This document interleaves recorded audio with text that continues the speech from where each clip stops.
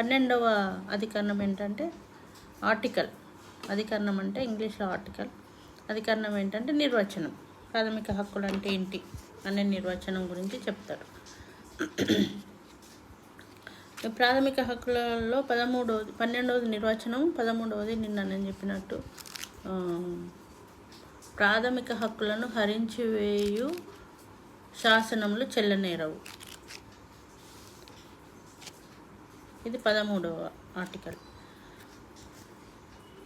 14 ఏంటంటే చట్టం ముందు అందరూ సమానులే, సమానత్వపు హక్కు. ఇది ప్రాథమిక హక్కు. చట్టం ముందు అందరూ సమానులే. అధికరణం 14. చట్టం ముందు అందరూ సమానులే.